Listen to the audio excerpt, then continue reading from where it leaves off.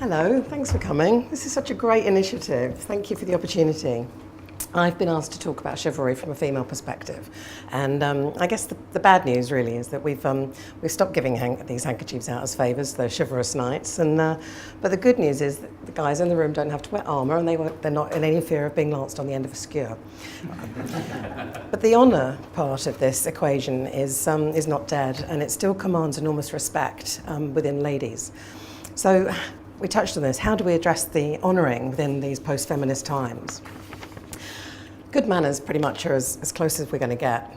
Everybody knows that we should behave in a certain way, and that does encourage a kind of bond of trust and friendships, and it's really what underwrites relationships for me, essentially. You trust someone, you share your love, and it starts from there. But whether you're looking for a partner or a wife or whatever it is you want to achieve in life, those together are essential to a healthy relationship. And manners, good manners are wonderful. They are in word and in deed. And those are the kind of things that you can learn from Zach's team. The good manners are always welcomed and respected, even if they do appear excessive from time to time. Purely because possibly we side on the side of caution, so not to cause any offence, but to learn exquisite manners and then tailor them to the occasion is sacrosanct. It seems like a very small price to pay for friendship and possibly love. Correct behaviour gives confidence to ladies, and it certainly builds trust. First impressions, they matter and they do last. But courtly dress, that old maxim, dress to impress. It's one thing to have somebody reinforce your dress code, but if it's a weekend, we all know that we're not going to start wearing suits at the weekend. However, if guys come out in a pair of shorts and t-shirts or a pair of jeans, guess what? Your lady's quite likely to dress down. Whereas if you do take the time to put a jacket on and dress up, guess what? You're allowing your lady to just have a little bit of fun and really enjoy that moment of being perfectly attired, but also just having some fun with her clothes and feeling like a lady. So then when you think about the chivalrous effect, that moment of thinking about how your actions affect your partner, your friends, actually is exactly that. It's courteous, it's thought. It's allowing the lady in your life to step up or step into a slightly maybe different arena. We're not suggesting that we don't afford people the opportunity to just explore personality in clothing, but just always be complimentary and give them the opportunity to be well dressed. But it doesn't actually mean that we're asking you boys to dress up into dinner jackets every night and have party dresses. But I think what we are asking is that it would be nice to be furnished with the occasions during the year, and possibly more than once. So it's quite important for the gentleman to actually remember that and give that lady the opportunity. And yeah, I think if that doesn't happen, what could happen is the gentleman is quite likely to become less interesting and the lady less interested.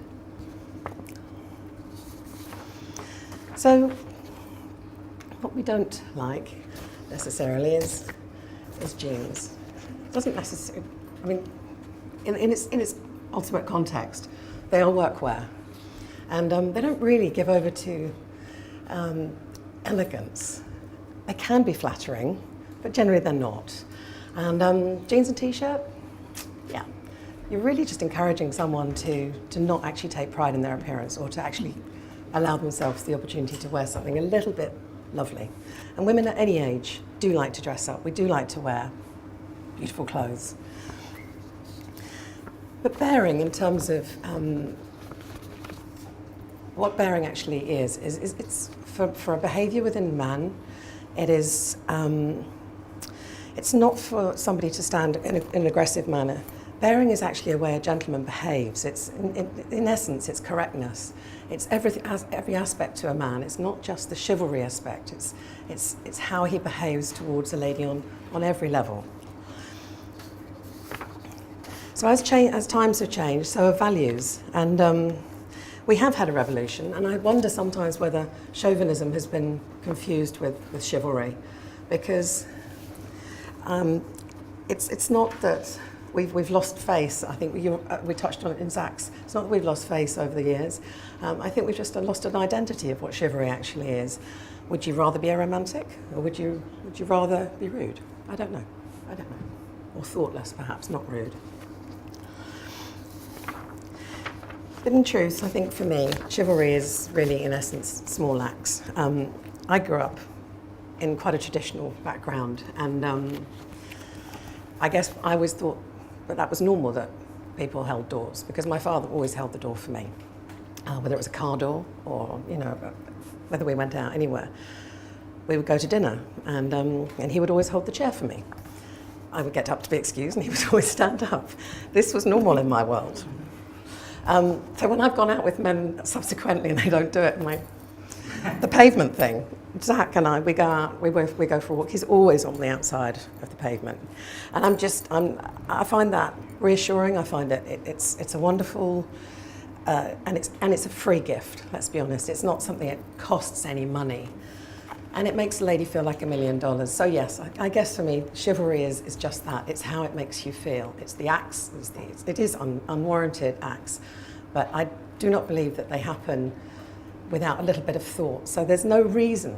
I mean, for example, there's absolutely no chivalry on the tube. I came by tube tonight. We did touch on this, 3 times I was, okay, well, no, you go first. No, really, no, you go first. No, really, okay.